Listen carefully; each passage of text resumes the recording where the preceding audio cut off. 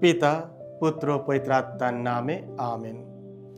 যিশুর শিষ্য হতে গেলে নিজের সব কিছু তাকে সমর্পণ করতে হবে। কোনো আপোষ নয়, কোনো ছাড় নয়। হয় আমরা পুরোটা ঈশ্বরকে দেব, নয় নিজের জন্য রাখব।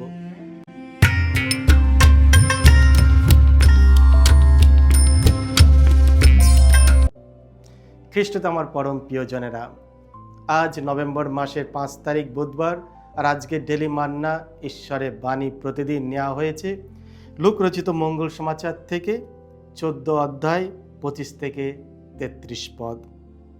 এসো আমরা ভক্তিভাবে আজকের বাণীটি শুনি।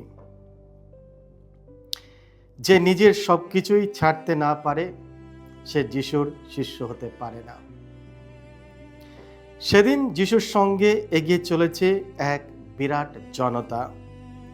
সেই সময়ে তিনি তাদের দিকে ফিরে বললেন, কেউ যদি আমার কাছে আসে অথচ নিজের বাবা মা, স্ত্রী, পুত্র, ভাই বোন, এমনকি নিজের প্রাণ পর্যন্ত তুচ্ছ করতে না পারে, সে কখনো আমার শিষ্য হতে পারবে না।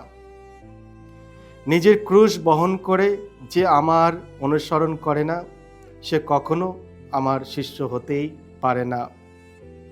তোমাদের মধ্যে এমন কে আছে যে একটা উঁচু ঘর তৈরি করতে চাইলে আগে একটু বসে হিসাব করে দেখে না যে কত লাগবে, কাজটা সেরে নেওয়ার মতো টাকা তার আছে কিনা?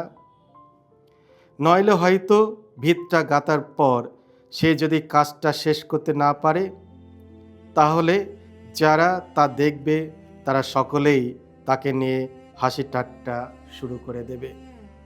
তারা বলবে, দেখো দেখো, লোকটা গাঁথার কাজ শুরু করেছিল কিন্তু শেষ করতে পারেনি।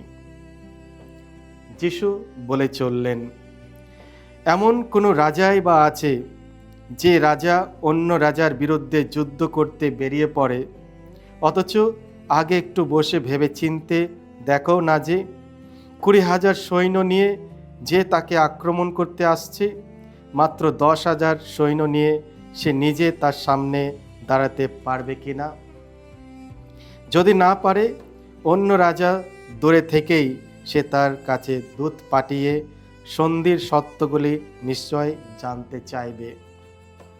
তেমনিভাবে তোমাদের মধ্যে যে নিজের সব কিছুই ছাড়তে না পারে, সে আমার শিষ্য হতেই পারে না। এই হলো প্রভু যিশুর মঙ্গল সমাচার। প্রভু যিশু তোমার মহিমা প্রচারিত হোক।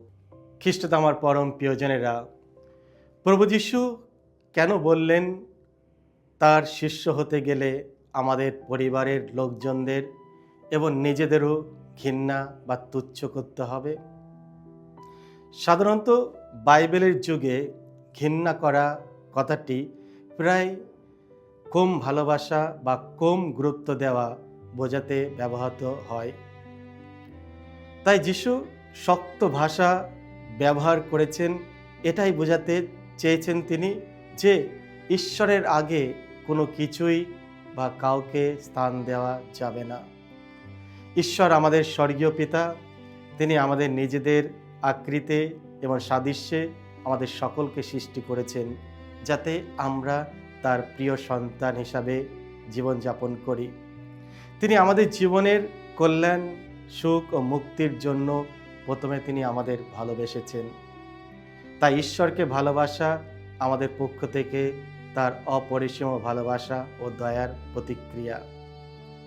খ্রিস্টে আমার পরম প্রিয়জনেরা, সত্যিকারের ভালোবাসা মূল্যবান। এতে কিছু না কিছু ত্যাগ, সমর্পণ অবশ্যই থাকে। পিতা ঈশ্বর আমাদের জন্য তার একমাত্র পুত্র প্রভু যীশু খ্রিস্টকে দিয়েছেন, যিনি আমাদের পাপের প্রায়শ্চিত্ত হিসাবে স্বেচ্ছায় ক্রুশে তার জীবন উৎসর্গ করেছেন। এই বলিদান আমাদের ক্ষমা, আরোগ্য, আত্মার নতুন জীবন ও ঈশ্বরের সঙ্গে শান্তি এনে দেয়। যিশুর শিষ্যত্বের মূল্য। যিশু ক্রুশকে বরণ করেছিলেন শুধু পিতার ইচ্ছার প্রতি অনুগত থাকার জন্য নয়, বরং করুণাময় প্রেম আমাদের সবাইকে পাপ ও শয়তানের দাসত্ব থেকে মুক্ত করার জন্য। যিশু জানতেন ক্রুশই পিতার সেই পথ, যার মাধ্যমে তিনি পাপ ও মৃত্যুর ওপর জয়ী হয়ে আমাদের সেই বিজয়ের অংশ দিতে পারেন। তাই যিশু সব কিছুর মূল্য দিতে পিতার ইচ্ছার প্রতি হ্যাঁ করেছেন।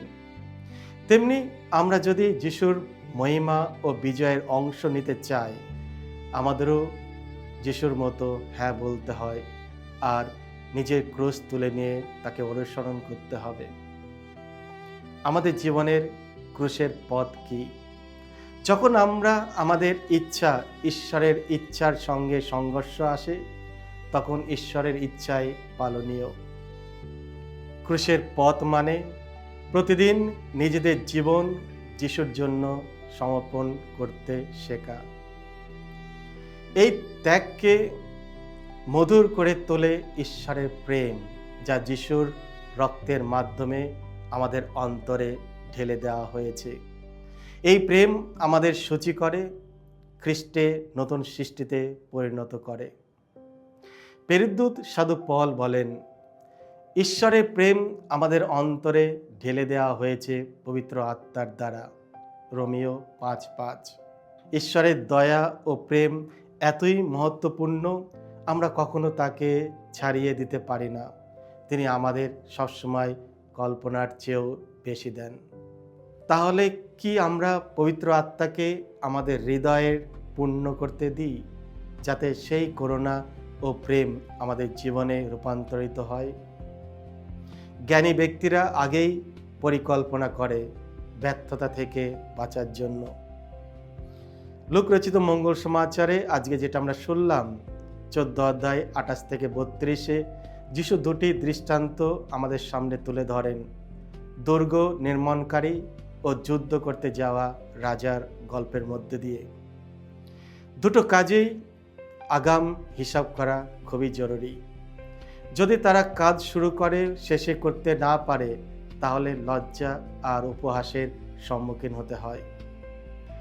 তখনকার সমাজে অসমাপ্ত কাজ লোক সম্মুখে অসম্মান বয়ে আনত। যেমন ডাক্কা ক্ষেত ঘিরে দেওয়াল বসানো হতো আর এক কোণে পাহারা দেওয়ার জন্য দুর্গ নির্মাণ করা হতো। যদি কেউ পরিকল্পনা ছাড়া কাজ শুরু করে এবং শেষ করতে না পারে, তবে গ্রামের লোকেরা তাকে বিদ্রূপ করত। সে একইভাবে যুদ্ধে শত্রুর তুলনায় দুর্বল রাজা যদি পরিকল্পনা ছাড়া যুদ্ধ শুরু করে, তাহলে সে বোকামি করবে। তাই যিশু বললেন, খরচ হিসাব করে বিনিয়োগ করাই হলো সাফল্যের পথ। মহান বিনিময়। যদি তুমি কোনো মূল্যবান বস্তু অর্জন করতে চাও, তবে প্রথমেই জিজ্ঞেস করবে এর দাম কত। যিশু সত্য কথা তুলে ধরলেন আজ। তার শিষ্য হতে গেলে নিজের সব কিছু তাকে সমর্পণ করতে হবে। কোনো আপোষ নয়, কোনো ছাড় নয়। হয় আমরা পুরোটা ঈশ্বরকে দেব, নয় নিজের জন্য রাখব। সাধু পল বলেন, তোমাদের দেহ হলো তোমাদের অন্তর্নিবাসী সেই পবিত্র আত্মার মন্দির, যাকে তোমরা পেয়েছো ঈশ্বরের কাছ থেকে। তোমরা তো নিজেদের মালিক নও, প্রভু মূল্য দিয়ে তোমাদের যে কিনেই নিয়েছেন। 1 করিন্থীয় 6:19-20। আগে আমরা পাপ ও অন্ধকারের রাজত্বের দাস ছিলাম, কিন্তু খ্রিস্টের রক্ত আমাদের মুক্ত করেছে সত্য ও আলোর রাজ্যে প্রবেশের জন্য। আজ আমাদের বেছে নিতে হবে, ঈশ্বরের রাজ্যে বাঁচব নাকি শয়তানের মিথ্যার অন্ধকারে। এখানে নিরপেক্ষতা নেই, হয় ঈশ্বরের পক্ষে, না হয় তার বিপক্ষে। তুমি প্রথমে কাকে ভালোবাসো? ঈশ্বরের প্রেম আমাদের বাধ্য করে জিজ্ঞাসা করতে, আমাদের জীবনে আমরা কাকে প্রথম স্থান দিয়ে থাকি। যদি আমরা কোনো ব্যক্তি বা কোনো সম্পর্ক বা সম্পদকে ঈশ্বরের ওপরের চেয়েও বেশি স্থান দিয়ে থাকি, তাহলে তা হলো এক ধরনের মূর্তি পূজা। কারণ আমরা ঈশ্বরের তুলনায় তাদের বেশি প্রাধান্য দিচ্ছি। মানুষ নানা জিনিসের দাস হতে পারে, যেমন ধন সম্পদ, মাদক, সাফল্য, ক্ষমতা, খ্যাতি, সুনাম। কিন্তু একমাত্র যীশুখ্রিস্ট আমাদের পাপ ও লোভ থেকে সত্যিকারের মুক্তি দেন। তাই আমাদের বেছে নিতে হবে জীবন নাকি মৃত্যু, সত্য নাকি মিথ্যা, ভালো নাকি মন্দ। যদি আমরা যিশুকে বেছে নিই, তার প্রতি বিশ্বাস রাখি, তিনি আমাদের দেখাবেন সত্যিকারের আনন্দ ও সুখের পথ, যা আমাদের পিতার কাছে নিয়ে যায়। এসো আমরা প্রার্থনা করি। হে প্রভু যিশু, তুমি আমার ধন সম্পদ, আমার জীবন, আমার সব কিছু। তোমাকে জানার, তোমাকে ভালোবাসার ও সেবায় যে আনন্দ, তা অন্য কিছুই সঙ্গে তুলনা করা যায় না। আমার জীবন ও আমার যা কিছু সবই তোমার এবং তোমার কাছ থেকেই পেয়েছি প্রভু। এখন এবং অনন্তকাল তোমার মহিমার জন্য আমাকে ব্যবহার করো। আমি তোমার ওপর ভরসা রাখি। আমেন। সকলকে জয় যিশু। ঈশ্বর আপনাদের সকলকে আশীর্বাদ করুন।